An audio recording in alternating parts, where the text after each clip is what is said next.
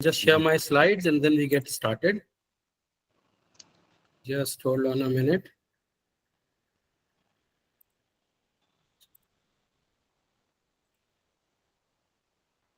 Okay, I hope my slides are visible and they are moving. Is it? Yes, sir. Yes, sir. Yes. Yes, sir. Okay. Slide is visible. Okay, fine. Fine. Thank you. Thank you. So as has already been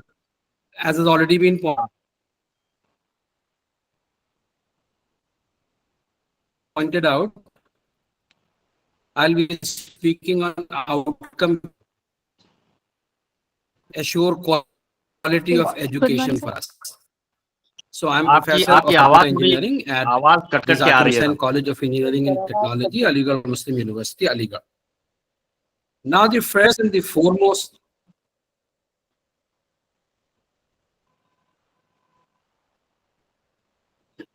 अच्छा, सुफियान साहब, आपकी आवाज cut के आ रही है. Can you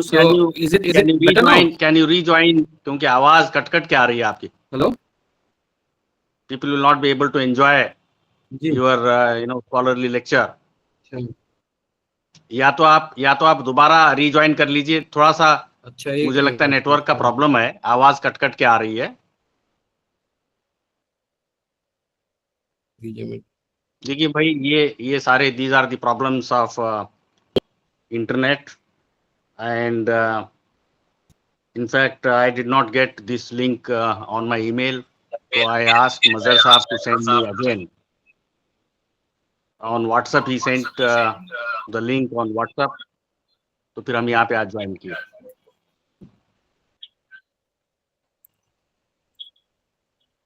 थोड़ा देर wait कीजिए, ये सुफियान साहब रीज्वाइन करेंगे, क्योंकि आवाज अगर कट के आ रही तो फिर मजा नहीं आएगा. जी, आप देखिए तो बेटर है आवाज. बोलिए साहब, बोलिए. जी, देखिए आवाज आ रही है अब. जी, थोड़ा इको हो रहा है.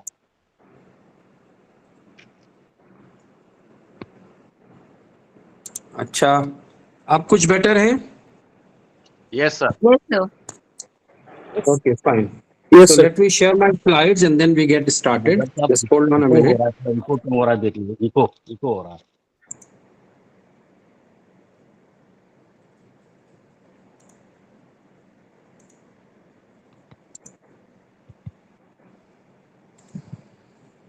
जी, अब देखिए आवाज और स्लाइड मूव हो रही हैं. Yes, sir. Okay. Yes, sir. Okay, fine. Now everybody can be on mute, and if you have any question, we'll discuss towards the end. So I was saying that outcome-based education and how does it assure quality for us? That is our topic of discussion today. I am professor of computer engineering at the Aligarh Muslim University, Aligarh. Now the first and the foremost question that comes to our mind is whether we can quantify quality. Because these two words seem contradictory to us. We think that if we talk about quantity, we shouldn't be talking about quality. And if we're talking about quality, we shouldn't be talking about quantity. But that's not quite true. The one sentence that connects both quantity and quality is what you can't measure, you can't control. For example, if we can't measure temperature, we won't be able to control temperature. If we can't measure speed, we won't be able to control speed either. For example, you are driving on a highway and I cover the speedometer of your car. Then there is no way that you can control your speed because you won't be able to gauge your speed, to measure your speed. You don't even know whether you are driving at 100 kilometers per hour or 120 kilometers per hour or beyond. So that is because you are not able to measure speed, you won't be able to slow down or you won't be able to accelerate, right? So likewise, if we continue, if we can't measure quality, we won't be able to control quality. So it becomes imperative that we measure quality somehow. So the bottom line is assessing the attainment of quality is the key to quality control.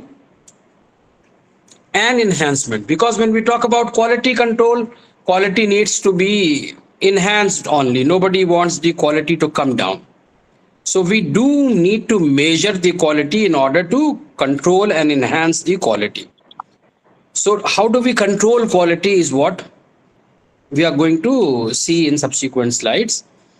First of all, the levels of quality in education. The first and the foremost level is approval, wherein you need the bare minimum infrastructure. For example, the classrooms are there, the library is there, the teachers are employed, the lab has equipment. You get the approval. For example, the All India Council for Technical Education provides approval for technical education. The next level of advancement in quality is that you go on some kind of certification. You must have heard about International Organization for Standardization, or in short, ISO. Just as ISO provides certification to goods, they also provide certification to services, and more so for the educational services. So one may go for ISO certification for his or her educational institution. Now in the quality, they'll start looking at the classroom, whether they are smart classrooms or not, are the modern teaching aids available or not, whether you have the latest edition of books in the library, whether you have got the sophisticated equipment in the labs, what is the qualification of teachers who are teaching. So you start talking about quality. Yet another level of quality in education is accreditation, which controls quality check, no doubt. But there is one additional factor, mutual recognition, which gets added up now. Now, what do I mean by mutual recognition? Because accreditation is done under any agreement or accord between several countries, that we will mutually recognize the degrees awarded by the respective boards of accreditation. In order to understand this particular point, let me bring out a related point, but relevant very much. Try to understand, many of you may not be knowing it yet. In India, no university can become a university unless passed by an act of law. I'll repeat, in India, no university can become a university unless passed by an act of law.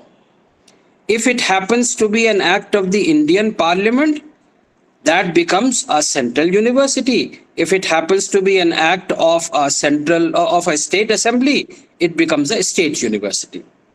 So now you know the difference between a central university and the state university. It's not about the funding, where the funding is coming from, because many private universities may also be categorized as center or state, even though they're not receiving funds from anywhere. So it's not the funding, rather it is where the law has been enacted for the establishment of that university, right? So that act is paramount, right? So the first thing is the act. Now that act will be concise. So below the act, you will have more elaboration in statutes. Below that, you have further elaboration in ordinances. And below that, you have further elaboration in regulations. So see, the power is percolating down. The act is drawing power from the legislative body, whether parliament or the state assembly. Then statutes are drawing its power from the act. Ordinance is drawing its power from the statutes, and regulations are drawing power from the ordinance. Ordinance and regulations are so diverse and vast and comprehensive that you may have administrative ordinance or academic ordinance. Likewise, you may have administrative regulation. Sir, your PPT is not visible. Sir, PPT नहीं चल रहा है. Can anybody verify this? I think. Yes, Yes, sir. Yes, sir. PPT नहीं दिख क्या रहा है। Yes क्या दिख रहा है कि नहीं दिख रहा है पीपीटी? नहीं दिख रहा है सर पीपीटी नहीं दिख रहा है, पीपीटी नहीं दिख रहा है, पीपीटी नहीं दिख रहा है। नहीं दिख रहा, नहीं। Your camera is also not on, sir. Sir आपकी पीपीटी नहीं दिख रही है. Sir, just hold on. पहले दिख रही थी या पहले भी नहीं दिख रही थी? पहले दिख रही थी सर, सर पहले दिख रही थी। अच्छा रुकिए, मैं फिर से ज्वाइन करता हूं।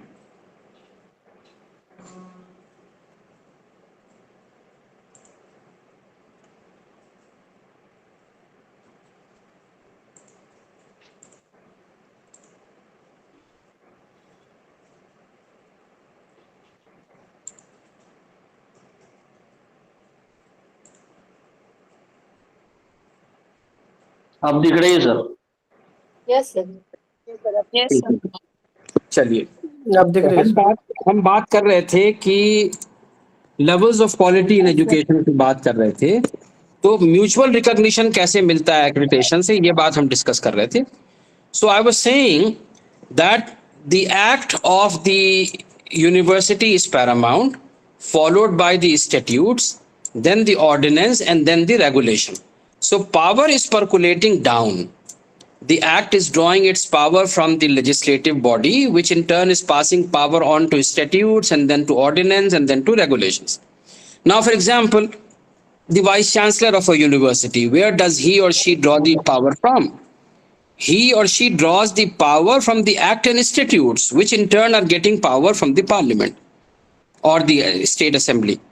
Now, if the vice chancellor appoints a pro vice chancellor or a dean or an HOD, then the dean, HOD or proctor, whosoever, or PVC, they draw power from the vice chancellor, who draws the power from act and statutes, and which draws power from the parliament or the state assembly. So that is how power percolates down. So now, likewise, the mutual recognition that gets its power from the accord, the agreement that has been signed by several countries, right? So quality check is a part of it. Based on that quality check, the mutual recognition that is brought up.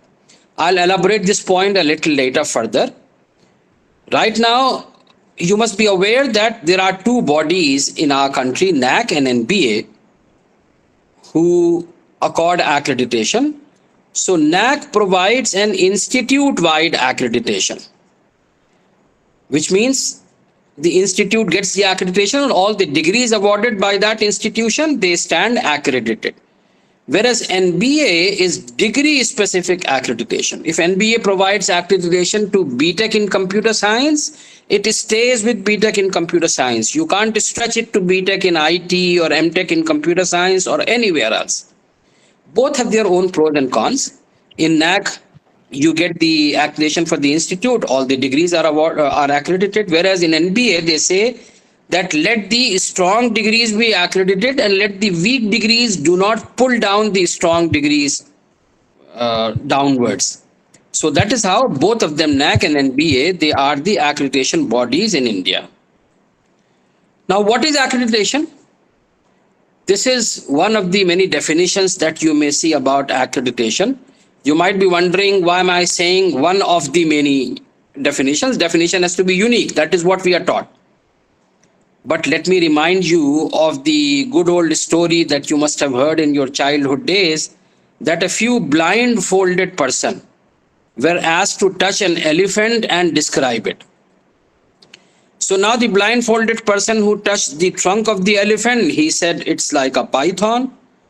The blindfolded person who touched the legs of the elephant, he says it's like a tree trunk. The one who touched the tummy of the elephant, he said it's like a wall. The one who touched the ears of the elephant, he said it's like a big hand fan. So the same animal being described differently by different people because the animal is too big to be envisaged by a single description. So likewise, accreditation is a very diverse term. So you may see many definitions of it. The one I am sharing is because I like it the most. So let us go through it. The formal recognition of an educational program or institution, as the case may be. Program in the case of NBA and institution in the case of NAC, as has just been pointed out. By an external agency. I've already underlined external agency. I'll let you know why. On the basis of impartial assessment. Again, impartial is underlined. of the attainment of specific requirements against well-defined criteria. Yet again, underline. So first, external agency. Accreditation must be carried out by an external agency. You cannot have an internal agency carrying out the accreditation, regardless of how much assurance you give that we won't be impartial, that we won't be partial. That is not acceptable because there is conflict of interest. For example, I am a part of an interview board where my brother or son is appearing. So I can't go on assuring that I'll be impartial, I'll not do any partiality, but still I'll not be allowed to sit in a board where my blood relative is appearing, because that is the conflict of interest. So likewise, accreditation has necessarily to be carried out by an external agency. So that is the first condition. Second condition is impartial assessment. Now, what do I mean by impartial assessment? See, there are two words: subjectivity and objectivity. We teachers, students have a very narrow perception of subjectivity and objectivity. We think that objective means multiple choice questions, fill in the blanks, true, false, and subjective means essay type. That's not wrong, but that is a very narrow perception. See, objective is something that regardless of who evaluates, the correct answer remains correct, the wrong answer remains wrong. There will be no variation of marks. Whereas in subjective type of assessment, the same essay may be given 8 out of 10 by one teacher, 8.5 out of 10 by another teacher, and yet 9 out of 10 by the third teacher, the same essay. So that subjective involvement should not be there in the accreditation process, and that is what I mean impartial. Impartial means it should be as far objective as possible. So both are necessary, external agency as well as impartial. You can't have internal agency with impartial or external agency with partial assessment. Both are necessary. All right. Then specific requirements against well-defined criteria. The rules of the game have to be told before the game begins. You can't keep on changing the goalposts. You declare things that these are the criteria that we are going to evaluate you on, and give us a chance to prepare. Even after knowing the criteria, if we don't prepare, then you can deny us accreditation. But you cannot deny us accreditation for something that we do not know that we will be evaluated for, right? So let me repeat: formal recognition of an educational program or institution by an external agency on the basis of impartial assessment of the attainment of specific requirements against well-defined criteria. Now, accreditation in India, as I just now said, institutional accreditation by National Assessment and Accreditation Council, NAAC, which is an autonomous body established by the University Grants Commission in 1994. Then for technical programs, National Board of Accreditation, NBA, diploma level to postgraduate level in engineering, management, architecture, pharmacy, hospitality, mass communication, and the list may go on. Now, what is the significance of at national level? It is easier for students and parents to select the institutions and programs for admission. Simple. If it is accredited, go for it, because the degree awarded will be accepted by all the signatory countries of the accord. Nobody can refuse it because they are under the agreement. And yes, if it is not accredited, you have the risk. It may be accepted, it may not be accepted. They are not duty bound to accept it because there is no accord under which the degrees accreditation has been carried out. It helps employers in deciding about the institutions for recruitment of graduates. If it is accredited, it must be meeting some basic quality check, so they can pretty well go and recruit graduates from there. It helps institutions to avail the benefits from regulatory bodies and funding agencies. You must have heard about grade 1 autonomy, grade 2 autonomy, grade 3 autonomy given by UGC on the basis of NAAC score. So there are privileges, certain privileges that one enjoys on the basis of the level of accreditation. Similarly, we do have some funding agencies who are demanding the accreditation. Our engineering college at the Aligarh Muslim University got a hefty funding of 15 crores from the World Bank project called TECIP Phase 2, Technical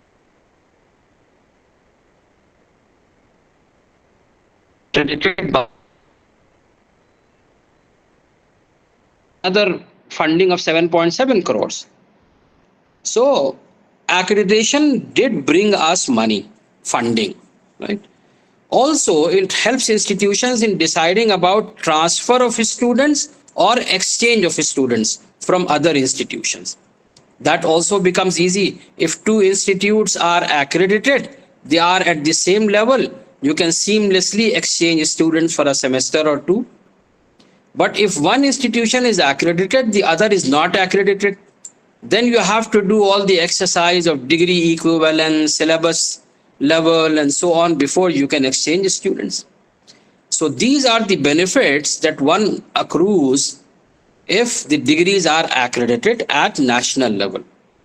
Not an international level, the mobility of students for pursuing either higher studies or for employment in other countries. So what do I mean by mobility? Let me elaborate on it further in the next slide. The global mobility that I'm talking about, it comes because of the multinational accords for mutual recognition of accrediting process and thereby recognizing the accreditation. For example, Washington Accord was signed in 1989 for engineering degree program, Sydney Accord in 2001 for engineering diploma polytechnic program, Dublin Accord in 2002 for engineering technician program, Seoul Accord in 2008 for professional engineers in computing and IT related fields. So these are just the examples. Let me take the case of Washington Accord. It was an accord or an agreement, accord means agreement, signed among 6 countries to begin with. Australia, Canada, Ireland, New Zealand, UK, United States in the year 1989. What does that mean?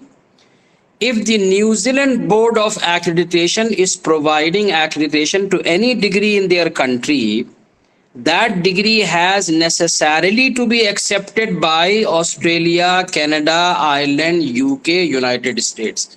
They can't refuse to accept that degree or recognize that degree. Likewise, if Ireland Board of Accreditation provides accreditation, all the signatory countries, Australia, Canada, New Zealand, UK, United States will necessarily have to accept that degree, right? So that is where the power comes into the accreditation process. So the purpose was to mutually recognize and accept the qualifications accredited by signatories. The accord at present has 15 full signatories and 5 provisional signatories. The list may further swell up. It all depends on how people are taking up accreditation. Now see the last line. Members of Washington Accord have outcome-based accreditation. So outcome-based education gains prominence or power by virtue of the accord signed between several countries. They mutually agree that they will have to adopt to the outcome-based education. So that is why understanding outcome-based education becomes a must. So these are some of the signatories of Washington Accord. India also got added up. Now, what are the different accreditation models? First is the minimal model, which does not encourage continuous improvement. It just talks about the situation as of today. If things are in place today, we provide you accreditation. We do not care about what is going to happen in future. That in fact is a problem with all the developing countries. Suppose I have to construct a bridge. So I look at the traffic data as of today. By the time the bridge gets completed, the traffic has already exceeded its limit. What the developed countries on the other hand do, they extrapolate the traffic data to next 15 years, 20 years, and they design the bridge accordingly. After the expiry of that period, 15, 20 years, whatsoever, they will sit again to evaluate whether the traffic has reached the limit for which the bridge was designed, or still there is some time to go. If there is some time left still, they can give another 5 years, another 10 years, depending on what are the traffic limits on that particular day. And if the traffic has reached its limit, they will say that the bridge has to be brought down and a new bridge has to be constructed. So things have to be futuristic, which unfortunately is not there in the minimal model. The next people started talking about input or output model. They started looking at what is the quality of students admitted and what is the quality of graduates emerging out. So they started looking at both. Then comes the outcome model.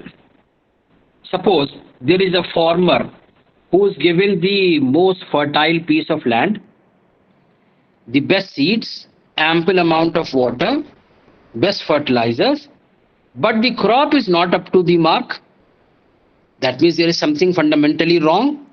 Things are not gelling well. So what ultimately matters for a farmer? It is the crop or yield what matters ultimately. Right? In order to have a good crop or yield, we need to have a reasonably good input also. But why to measure the input? Measure the output only, because that is what matters to you the most. So hence the outcome model becomes more prominent. Right?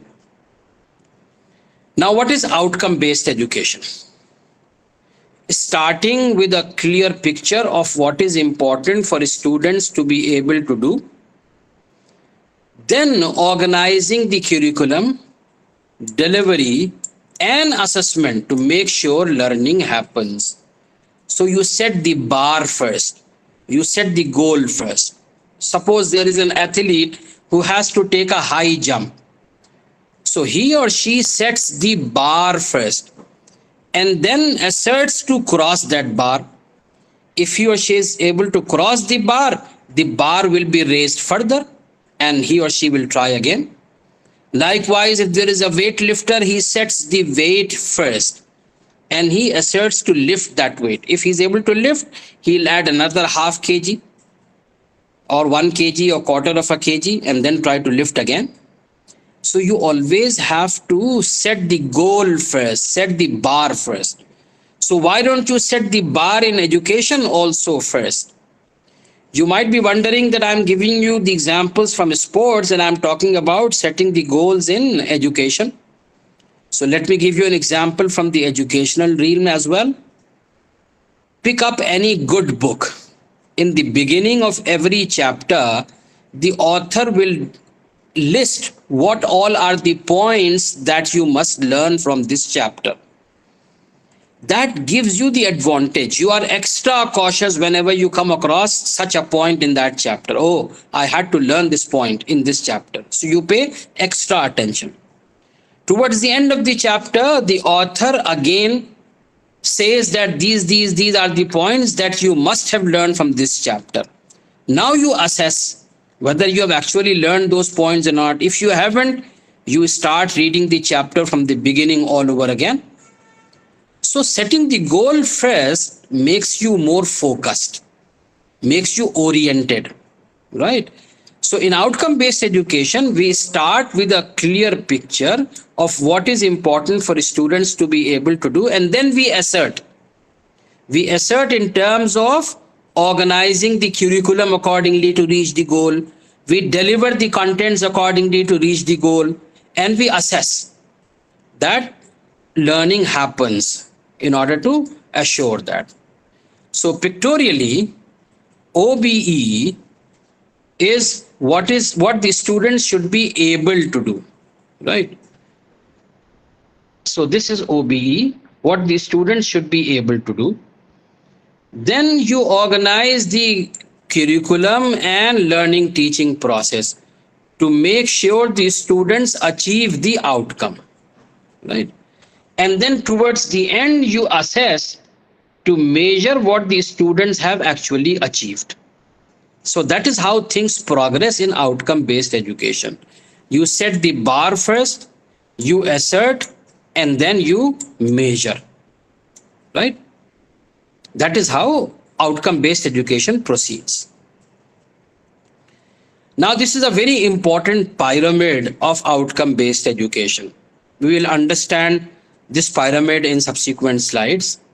On the very top is vision, below it is mission, then program educational objectives, then program outcomes, and then in the end, course outcomes.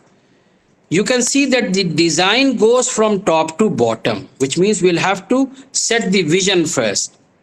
In order to reach that vision, what should be the mission? In order to reach that mission, what should be the program educational objectives? I'll take all these levels one by one. So just keep patience for a moment. In order to reach that PEO, what should be the program outcomes? And these program outcomes are aligned with graduate attributes. The quality or the attributes that the graduate of any discipline should have at the time of graduation. That is graduate attribute. So when you adopt them for your respective program, then it becomes program outcome. Course outcome are the qualities that the student should have at the time of passing every course. If there are n courses required to be passed before you are given a degree, so all these course outcomes must be imbibed in the student, so that at the time of graduation, he should have program outcome in him or her.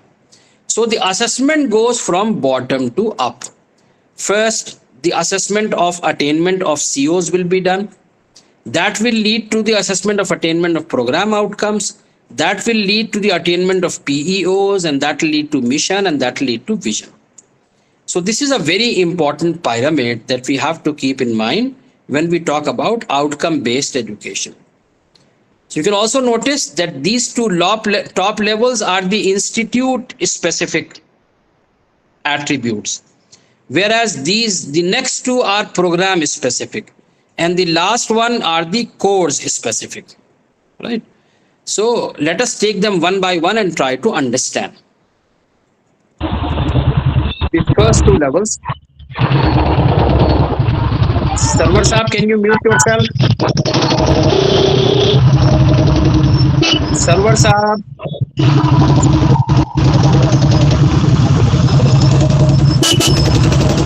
Hello. Admin, can you mute him, please?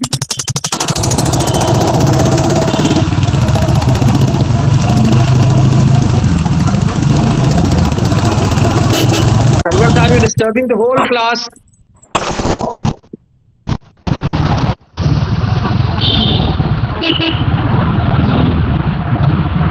Hello.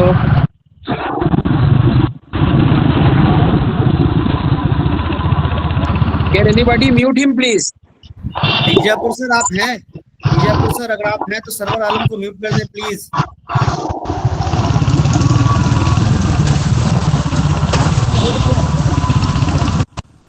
So bad. People are so irresponsible. मेरी बात तो सिर्फ flow टूट जाता है.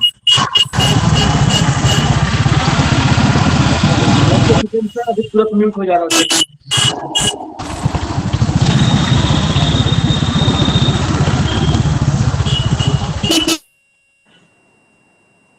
Yes, okay, good. Thank you. जी sir बाहर हो गए वो. हाँ चलिए ठीक है. So let us discuss the first two levels, vision and mission. In order to understand what is vision, let me tell you a story. When we were students of BTech, we had a professor of mechanical engineering who had an old Fiat car.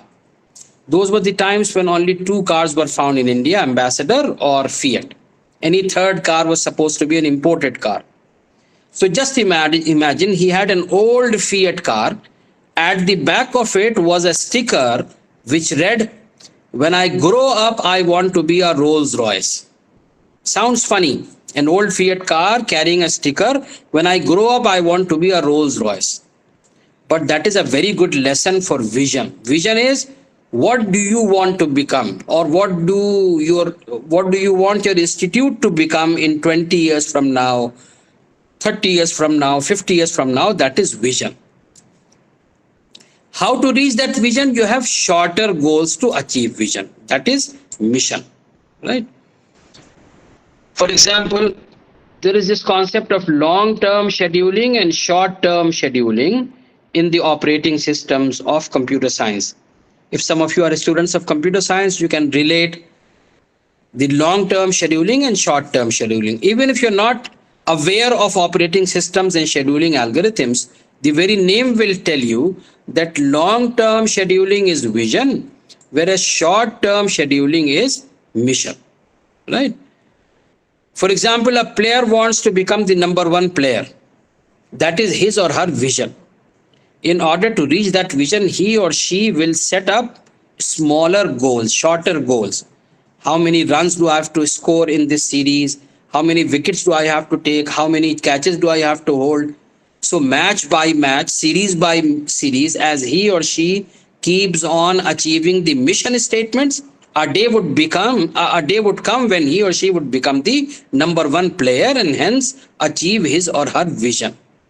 So vision are the short-term goals, long-term goals, and mission are the short-term goals to achieve vision. Now, how do I set the vision and mission? What should be the process? First thing is that if you are setting up the department vision mission, you have to necessarily align it with the institute vision mission. This alignment has to be there. Now, two questions may arise. Why am I telling you about department vision and mission? That is because you're all young faculty members. Right now, you must be concerned about the department vision and mission. A day would come when you all will become vice chancellors or directors or principals yourself. Then you will be more concerned with the institute vision and mission. So that leads us to the next question.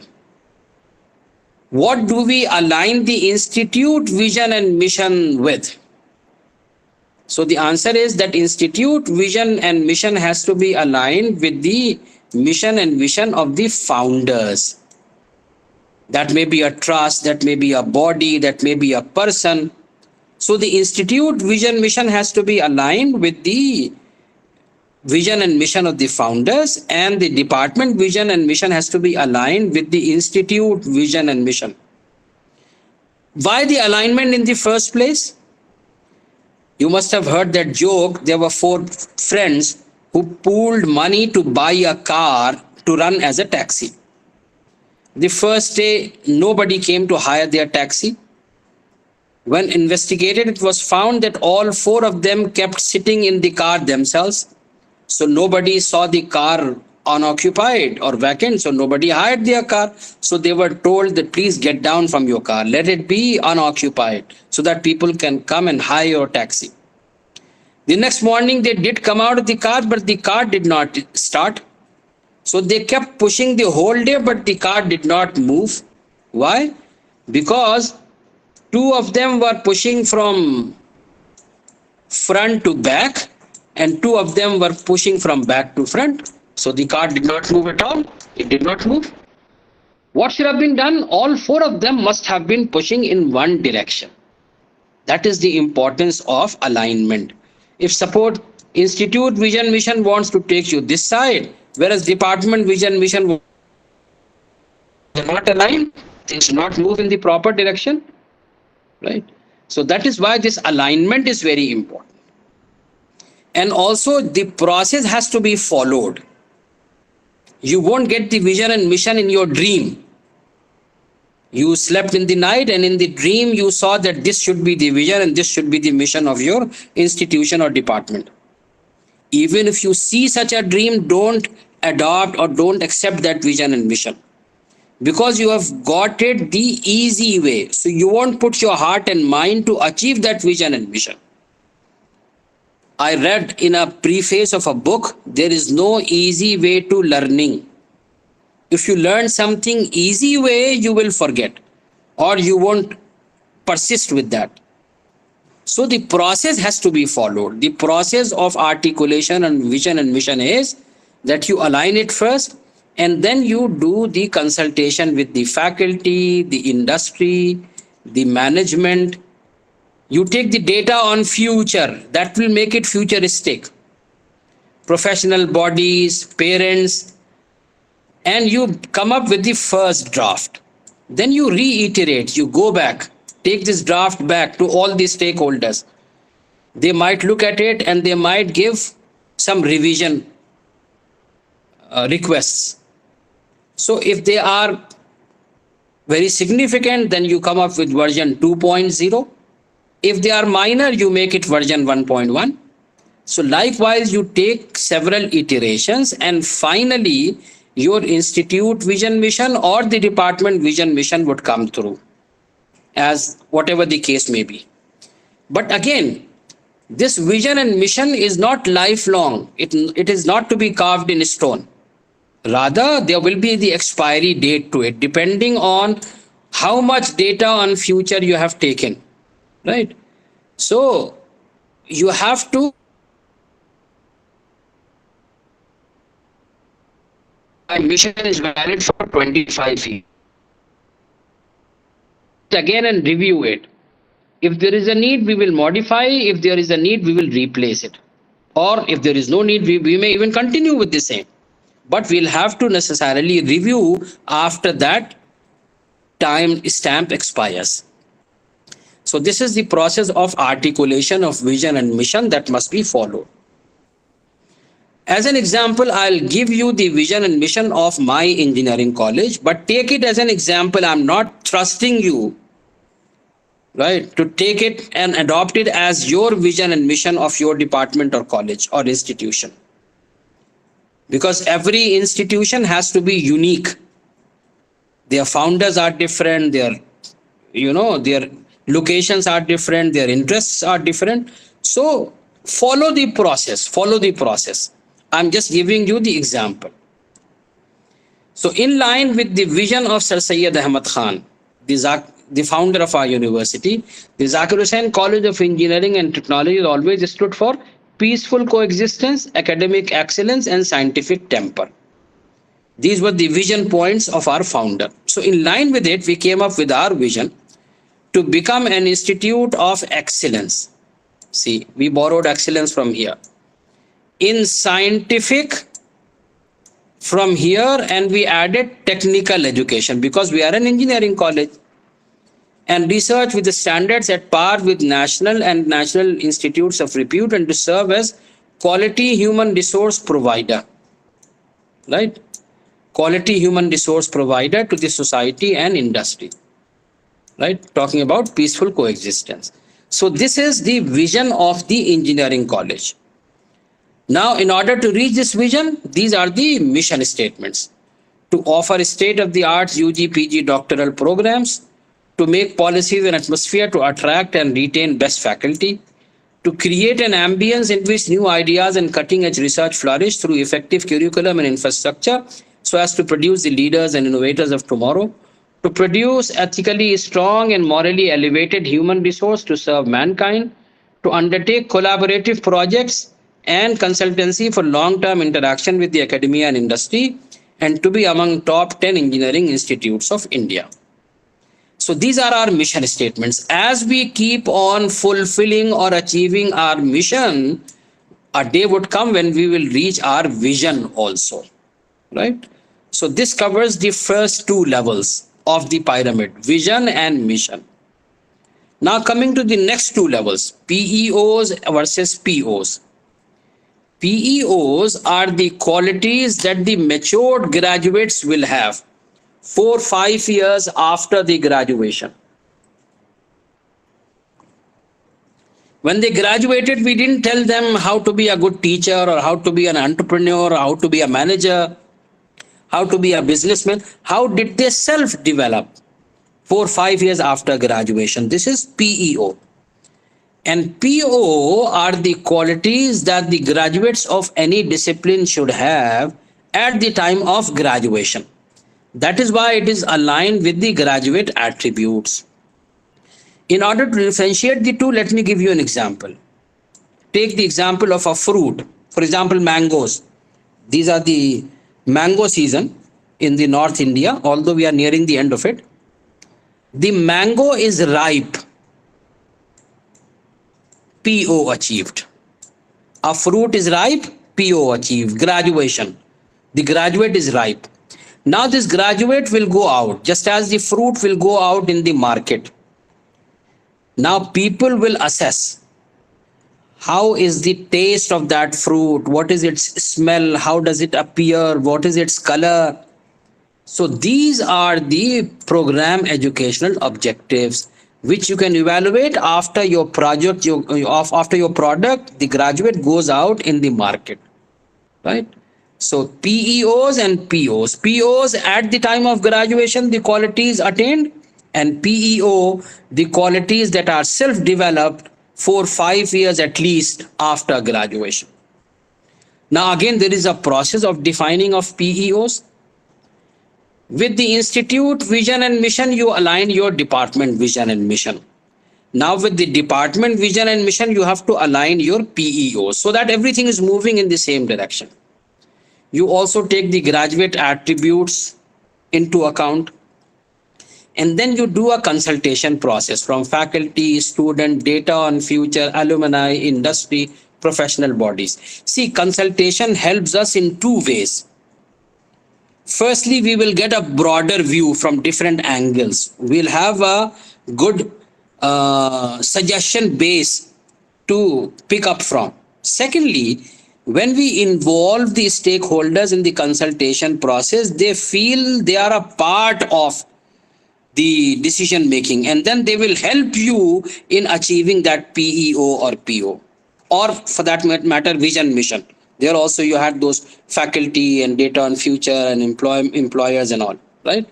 So consultation helps you in two ways. You have a broader base of the suggestions, and then they feel that they are a part of it, and they help you in achieving that particular attribute. So the views of all the stakeholders will be collected by the program coordinator. Their views will be summarized by the program assessment committee, and they will be accepted. The views will be accepted with or without review by the department advisory board. So you may again have several iterations. Version 1, version 2, version 2.1, 2.2, 2.3, version 3, and so on. Finally, when the PEOs are reached upon, again, they are not to be carved in stone. There has to be an expiry date attached to it. These PEOs are going to be good for 15 years. After 15 years, we will review it. Review involves all three things: continue in the same direction, or modify it, or replace it. That all comes under review. So this is the process of defining of PEOs. Again, follow the process so that things are in shape and structured. Now let us talk about graduate attributes, because they are central to both PEOs as well as PO. So there are 12 graduate attributes. I have given them for engineering, the branch that I belong to. You can replace the word engineering by the branch that you belong to. Suppose you are from science stream, you can say science knowledge, science problem analysis. If you are from social science, accordingly you change it or modify it. So knowledge is the first graduate attribute. Then problem analysis, design and development of solutions. One shouldn't stop at that. One should go for investigation of complex problems, the real life problems, which are bound to be complex. So they should have that much confidence in them. See, all the graduate attributes are the quality that the graduates of any discipline should have at the time of graduation. So at the time of graduation, they should have enough confidence that they can take up any complex problem in life. Modern tool usage is very important. Suppose a person has got the modern tools, he or she has a better start. I'll give you an example. When we were students, we had a professor from IIT Kharagpur as the vice chancellor of our university. So at that point of time, he used to say that there was a time if somebody didn't know English, he was treated as illiterate. Now is the time if somebody doesn't know computers, he will be treated as illiterate. He used to say then. If we continue in the same fashion, today we can say that if somebody doesn't know artificial intelligence, he or she will be treated as illiterate. So again, artificial intelligence or AI in short is not a branch of computer science alone. Just as the use of computers is no more limited to the computer engineers or computer scientists alone. Computer is being used by everybody. Arts, science, social science, office, technical, non-technical, everybody is using computers. So likewise, AI will have to be adopted by everyone regardless of the area you belong to. So whatever modern tool comes your way, we have to embrace it and we have to adopt it for the furtherance of our work in that particular area. Right? Engineer and society. I'll throw a question at you again. Have you ever wondered why Silicon Valley is Silicon Valley? My answer to this question is that Silicon Valley is Silicon Valley because University of California at Berkeley and Stanford University are there. These two giant universities have developed an ecosystem around them. Right? The graduates of these universities created startups. Those startups became success stories. They started employing more graduates. They even started employing the faculty members of these universities. They started providing funding back to these universities. So they developed an ecosystem. We have very good institutes in India. IITs, IIMs, AIIMS, central universities, NITs, right? But unfortunately, outside the four walls of the IITs or IIMs, a rickshaw puller, a tea seller, or a hawker just doesn't know what this IIT, IIM is all about. So the benefits are not percolating down to society. So that is where the educated people should step in. The benefits should be percolating down to the masses, right? So that is why this is one of the graduate attributes, societal needs. Environment and sustainability, very important. You see, I have no hesitation in admitting that we engineers are the biggest culprit of destroying the environment. When we were young, this polythene came into market, so everybody was overjoyed. Wonder material, so light, so thin, waterproof, insulator. We overproduce plastics out of our enthusiasm. Now we are crying hoax. It's not decaying. It is becoming a hazard. I read somewhere that we learn from history that we do not learn from history. We are not learning our lessons yet.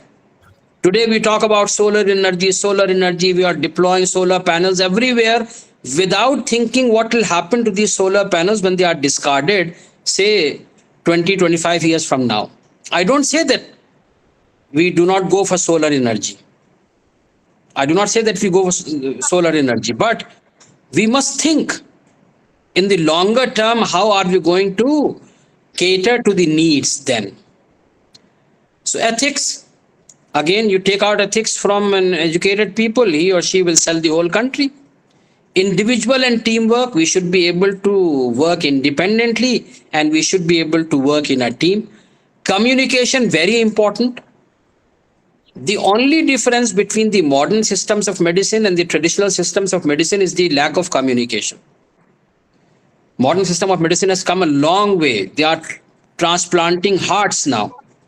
Even the animal hearts are being put into the human beings because they have been communicating.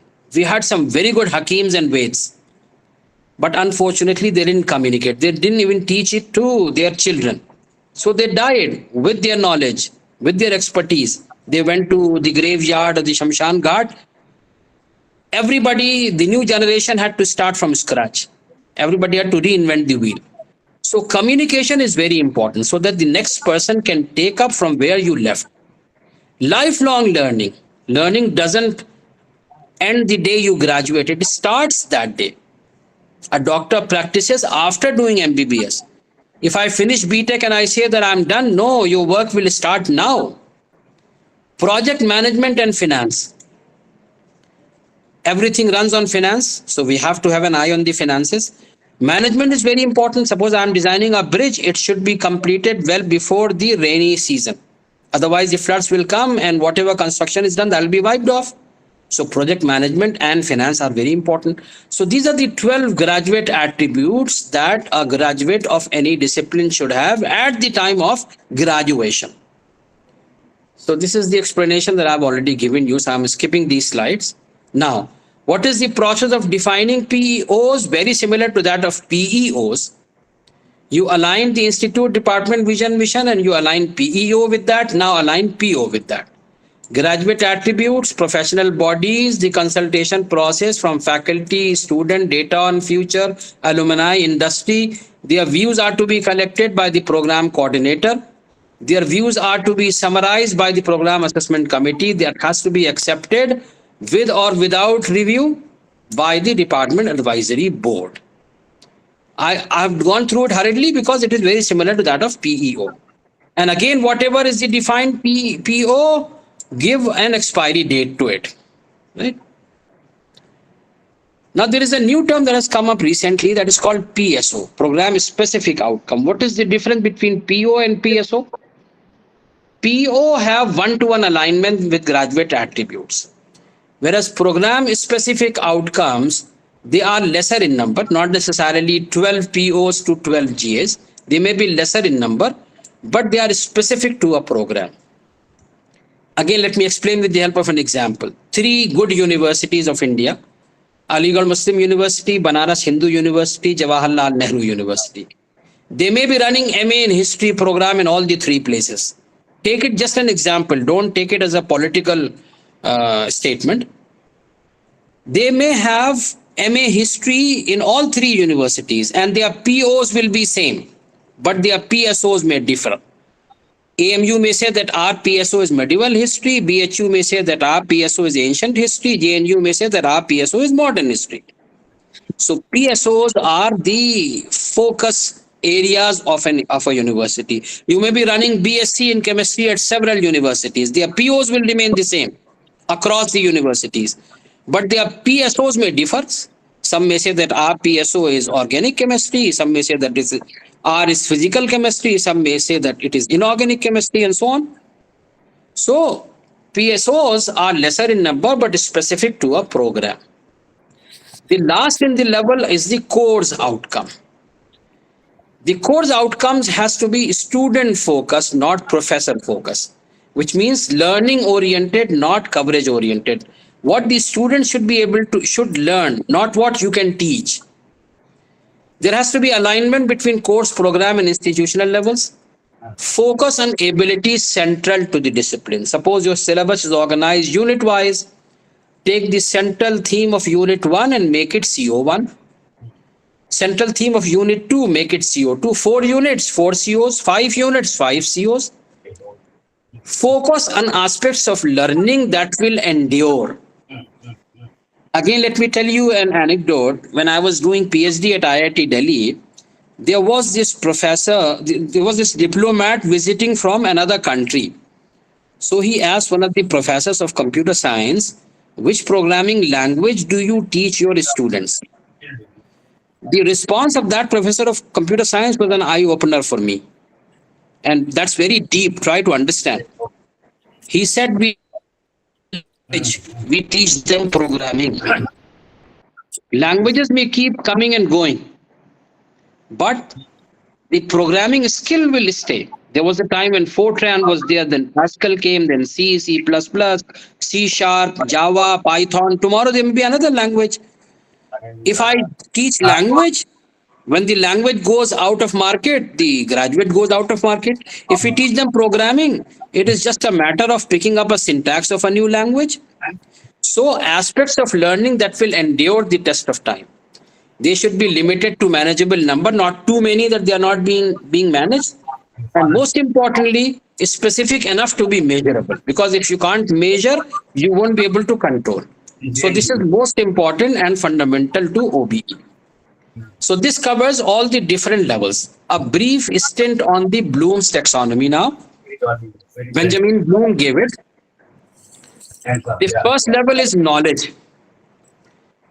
On top of it is comprehension. and then on top of it is application. For example, earth is round, that is knowledge. What do I mean by round? Is it circular? Is it elliptical? Is it oval? Is it flattened on the bed? So that comprehension comes on top of the knowledge. And then the application, the earth rotates, you have days and nights, earth revolves, you have seasons, and so on. So learning is going from knowledge to comprehension to application. In order to understand the difference between analysis and synthesis, let me give you a brief description. Suppose there is a system. That may be a computer system, that may be an electronic system, a mechanical system, a political system, or a social system. That will have some input, that will have some output. If you know the input, you know the system, you have to find out the output. That is analysis. If you know the input, you know the output, you have to find out the system. That is synthesis. So synthesis is more challenging than analysis. And on top of it is evaluation. So learning proceeds in this direction: knowledge to comprehension, to application, to analysis, to synthesis, and then to evaluation. There was some modification done by Anderson and Kurzweil. Knowledge to remember, comprehension to understand, application to apply. Analysis and synthesis, they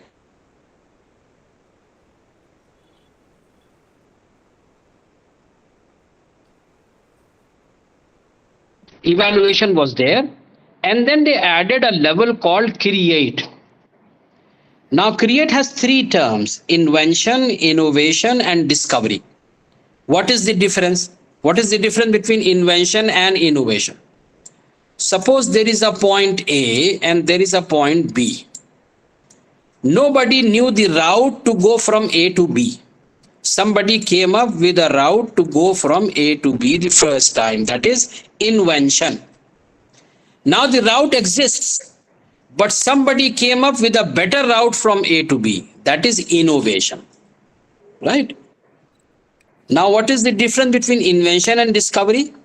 Let me tell you a joke.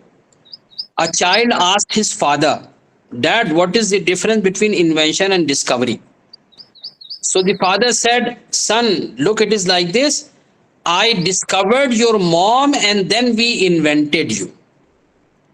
Which means something which is already existing, you discover it. And something which is not existing, you invent it. So these three terms, invention, innovation, discovery, they are a part of creation. So analysis, synthesis, evaluation, and for that matter, creation also, they are higher order thinking skills. But knowledge, comprehension, application must be imbibed in each and every student of the class. So OB steps are: define outcomes, design, set the bar, design curriculum, deliver instructions, document results. Very important, documentation. Suppose you move your job tomorrow, suppose you retire, then the next person should start from where you left. Your effort should not go waste. It will go waste if you haven't documented things. And then determine advancements. That also is very important. You did all the above steps, but you didn't advance, then all the effort also goes waste again. Now this is a very important block diagram which appears a bit complicated, but if you can focus a little bit, pay your attention with me, I will be able to understand, because the single diagram is going to tell you the process of analysis, the process of assessment of attainment, and also the level of advancement. So both, it will measure as well as it will control. So let us start with an example program. I have taken BE in EEE. You can take it BSc in chemistry or MA in history whatsoever. Remember, when I was discussing the pyramid, I said that the evaluation has to go from bottom to up. So first we have to evaluate CO, and then PO, and then PEO, and so on. Now, in order to evaluate CO first, there has to be one direct component and one indirect component. Both have to be combined. The result of a course will give you the direct component of CO evaluation. For example, question 1 of the question paper. Question 1 of the question paper pertaining to CO1. What is the average marks scored by the students? That becomes the direct component of CO1 evaluation. Suppose question 1, unit 1, CO1 is of 10 marks. Average marks attained is 7, which means 70% is the direct attainment of CO evaluation.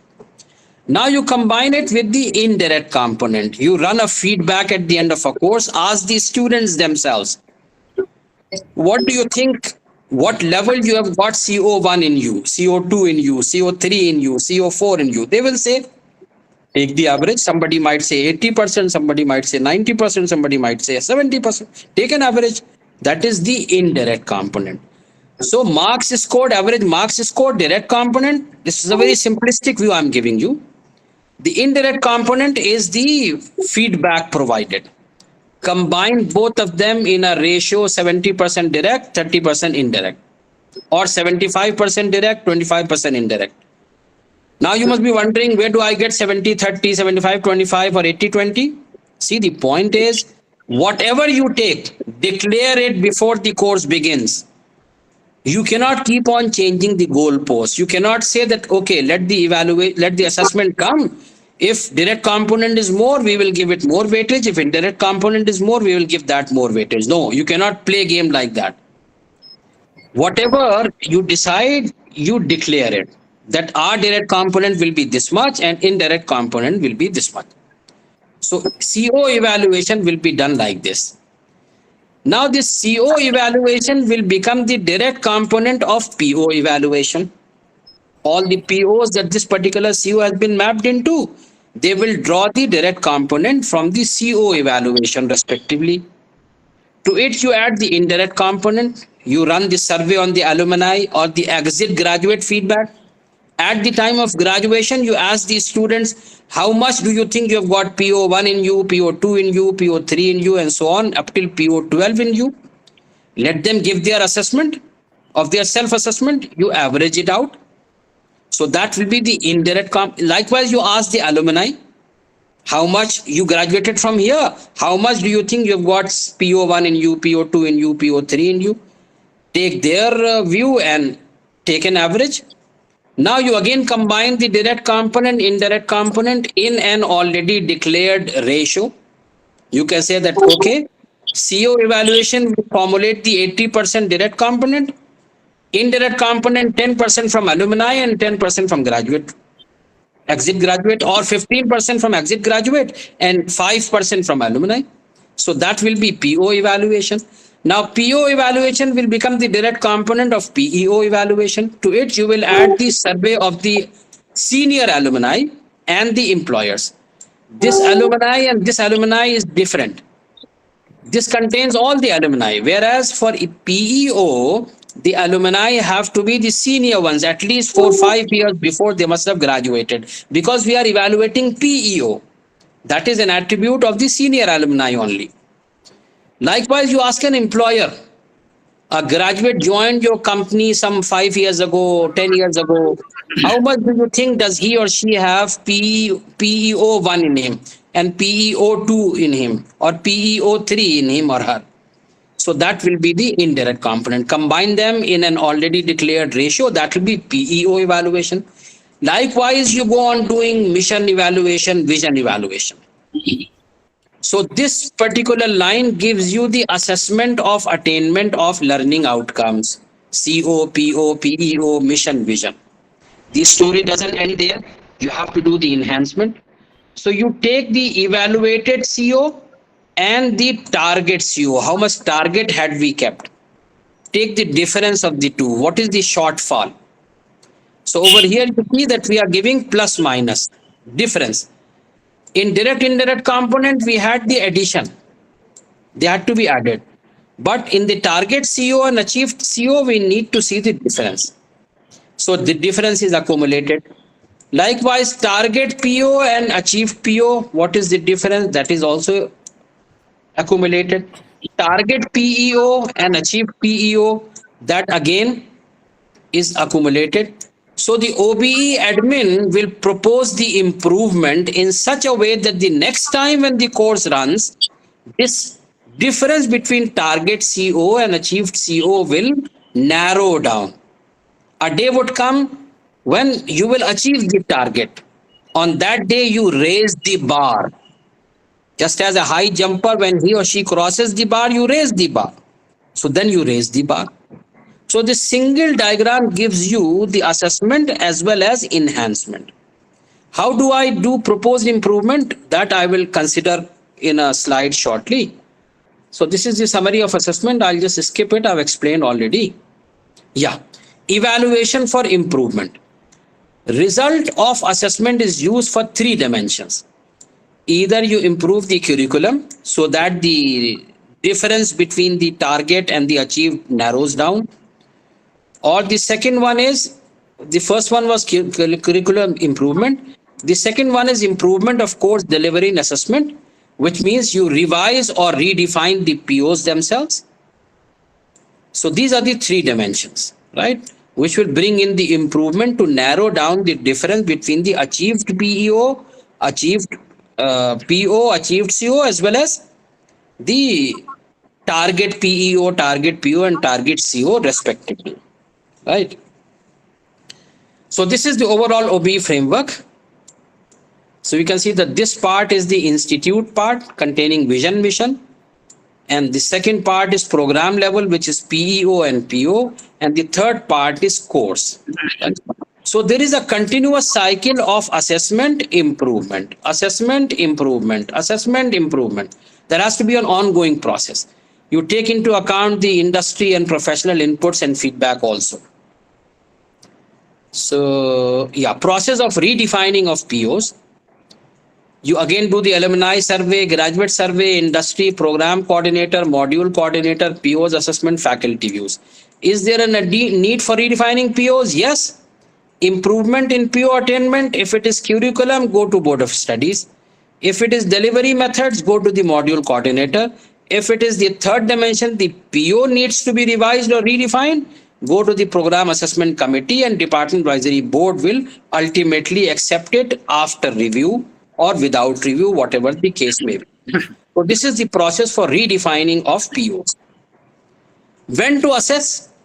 Program educational objectives few years after graduation, 4 to 5 years at least after graduation. Program outcomes at the time of graduation, and course outcomes upon the completion of every course every semester, right? Redefining process of PEOs is very similar to that of POs. Alumni survey, graduate survey, industry, program coordinator, module coordinator, PEOs, assessment, faculty views.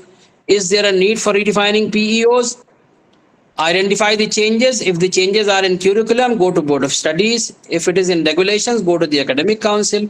If the PEOs needs to be changed, go to Program Assessment Committee, which will ultimately be accepted with or without review by the Department Advisory Board. Very similar to that of redefining process of PEOs. That is why I've gone through it hurriedly. Okay, that's all from my side. Thank you very much. I'll take questions if there are any. Thank you, sir. Thank you, Professor Saab. Friends, now the floor is open for questions. In the last session, we had no time or opportunity to allow you to ask questions because the resource person exceeded time. So now we request you to ask questions directly to the resource person. Yeah. Anybody who has raised hands?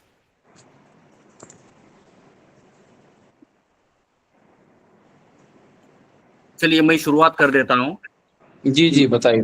बड़ा अच्छा lecture दिया on various dimensions of outcome based education, and he also pointed out that in front of IITs and big universities there are so many poor people who are not benefiting from fruits of education. Aligarh University had long ago in the 80s had started a program to start evening classes. Doing job in the daytime were allowed to do evening classes. Even that program allowed non-teaching staff, clerks, to ji improve their qualifications. They had become clerk after having matriculation and or +2, but ji they ji wanted graduation. तो इसके लिए एक introduce किया गया था, अभी वो discontinue हो गया है. तो जी इवनिंग classes. जी When I was appointed as a lecturer, जी I जी was given evening classes. Evening में हम जाके पढ़ाते थे. I remember one of my students, he was from a very poor family. कभी कभी क्या होता है, जो गरीब लोग हैं उनको जी कोई फायदा नहीं होता यूनिवर्सिटी का, अलीगढ़ का, अलीगढ़ी लोग, जिसको कहते हैं हम चराग तले अंधेरा, जी जी चराग तो है लेकिन अंधेरा है, वहाँ के लोकल लोगों को कोई फायदा नहीं हो रहा है. तो जी जी I had one student who was from a very poor family, and ji since I was also young and he was also young, hmm 2-3 years age difference was there. I was very friendly with him. I helped him to complete his graduation. Then he did masters in political science. Then he did some odd jobs in some places in Delhi, and then migrated to Saudi Arabia. And he is there in Saudi Arabia for the last, I think, 35 years. And he ji is a very rich man. One day he came of me to the department because he wanted to give as an alumni some 5 lakh rupees, some 20 years ago, 5 lakh rupees to the department for buying books, for having good curtains, for having computer, etc. Ji ji And, at that time I was not there, but people told him that your teacher is not in India. He constructed a mosque in Aligarh with his own money some 15 years ago. 15 years ago, he spent 1 crore rupees and got an air-conditioned mosque in which, on Turkish model of mosque. Ground floor में men prayer offer करेंगे, first floor में women will offer prayers, namaz. That Turkish idea he imported in Aligarh. Sometimes, people feel happy that this institution has, enabled them to earn good money and fortune. I should give back to this institution. I give back to my community. I should give back to my people. Yes. That is the purpose of education. What you take from the university, you should also give back to the university or, Yes, or to the community. That is why one of the program outcomes is engineer and society, or scientist and society, or social scientist and society. So we have to be sensitive to the societal needs. That's Yes. very important. You have rightly brought it out. Thank you very much. In fact, in the NAC program, many colleges and universities who have adopted a small village or a small community are given some points for NAC accreditation. True. Very true. Yes. ये Outreach NAC होता है. activity. Outreach activity is very important. Ji. So let us, sir, give chance to other participants to ask questions if there are any. Friends, please. Because we are running out of time. Yes, anybody? Any comment, any suggestion, any any idea that you want to share? हर रोज तो बहुत सवाल पूछते थे, आज क्या हो गया भाई? we are in the third leg of our course. Today is this, I think, 16th day. Chaliye, sir, if there are no questions, let us conclude. Okay. Professor, I will request one of the participants, I think I saw on the screen, Mr. Amjad from Aligarh Muslim University. Mr. Amjad, are you listening to me? I wanted you to propose vote of thanks to Professor Sufyan Beg Sahab. If he is not around, anybody can volunteer. Any other participant can volunteer. Professor Beg Sahab, please share your PPT so that we will share with all the participants. Yes, I have shared it already with Mazhar Sahab. Mazhar Sahab will distribute. Okay, I will take from him. Mazhar has it already. I will request Ratna Saha ji to propose vote of thanks.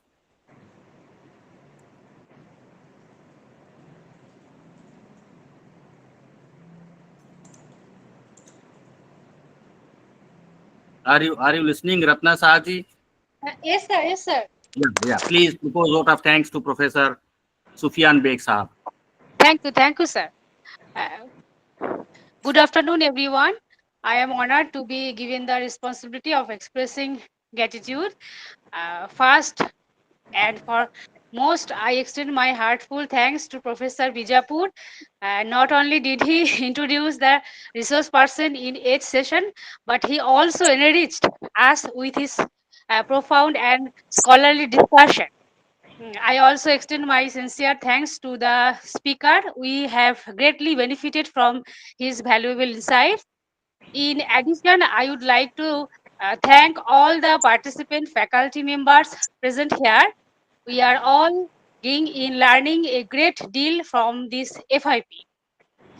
It's truly feels wonderful. Once again, thank you all of you. Thank you, sir. Thank you, thank you. We are on the right time, Professor Beg Saab. Shukriya aapka, and we चलिए, were enlightened about the purpose of education. So We I'll have take your leave now, sir. I'll take your I leave. think 10 minutes time. For the, So I'll take your sure, leave, sir. sure. Thank you, I'm sir. leaving session, huh? Thank Ji, Okay, sir. Okay, sir. Yes, Thank you, sir. yes, Thank you, yes, sir. Beg Saab, you Thank you, sir. can Thank you, Thank you, sir. sir. exit the meeting. हम लोग अपने general issues अगर कोई है तो discuss कर सकते हैं. अगर कोई जनरल इश्यूज नहीं Thank है you, sir.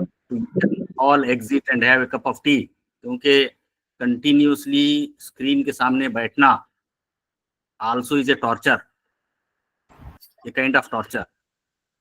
I know you should not sit, if you are a very serious scholar, you should not sit continuously on the other days before computer, क्योंकि कभी कभी you develop some pains, leg pain हो जाएगा, neck pain हो जाएगा, back ache हो जाएगा. Let me share with you one anecdote. In 2010 to 2013, I was head of department or chairman of the Department of Political Science in AMU. And I was, doing so much work and sitting continuously on laptop and organize some five international seminars, something like 20 crore rupees in 2.5 years I spent taking from various funding agencies. One day my one leg became numb. Numb means no sense. I went to the doctor. Doctor prescribed MRI. MRI was conducted, and the doctor said it is not very serious. He prescribed some exercises. And I told the doctor that, look, I feel that since continuously I was sitting on the on my desk, steady desk, and not walking around, not going out, so that must have led for this numbness. He said, you are very much right. What you should do is, after every half an hour, you should have a break of 5 minutes, 10 minutes, roam around in your own room, in your office, get a cup of tea, go to the library, go to bathroom, go and meet somebody. Some break will be there from your serious work. You see, we are human beings, we are not machines. We should not think that we are AI machines, artificial intelligence. It is not artificial. Our intelligence is real intelligence. Real intelligence can defeat artificial intelligence. We should change our lifestyle. I think when somebody mentioned because of lifestyle, in one of our resource persons mentioned because of lifestyle, that we are not doing any exercises, not walking. Too many people are developing diabetics. अभी जो सुबह के speaker थे उन्होंने कहा कि साहब, you may be, I think I saw you riding bicycle on the campus, because many teachers in the 80s used to ride bicycle in Aligarh Muslim University. Environment friendly. Bicycle is exercises. I was neither owning a bicycle, nor a two-wheeler, nor a car. That is why I tell humorously to my friends that I am a bekar person. Bekar means useless, not useless. Bekar means without car. मैं बेकार हूँ. बेकार हूँ means I am without car. Yes. Not useless. You should have you should not go away from the nature. You should be nearer to the nature. And these are machines are for our help, and machines are for to help us. We should not become the slaves of technology, slaves of machines. If we retain these human features, we will remain human. Otherwise, we will become bots, robots. Friends, with these few words, we have still 10 minutes. If anybody wants to ask anything relating to the course is going on well. You have no tensions about presentation. You have no tensions about assignments, because we have made them simpler for you. Thank you, sir. Yeah. Thank you, sir. Thank you, sir. Thank you. Thank you, Thank sir. you. Thank you, sir. Thank you, sir. Thank you, sir. Thank you, sir. 7-8 minute हैं, आप थोड़ा 7-8 minute में थोड़ा gap लीजिए, थोड़ा सा अपने घर के अंदर ही चलिए, थोड़ा पैदल चलिए, अपना सीट छोड़िए, because you see you have to be active. Continuously एक जगह ना बैठें, that leads to health problems.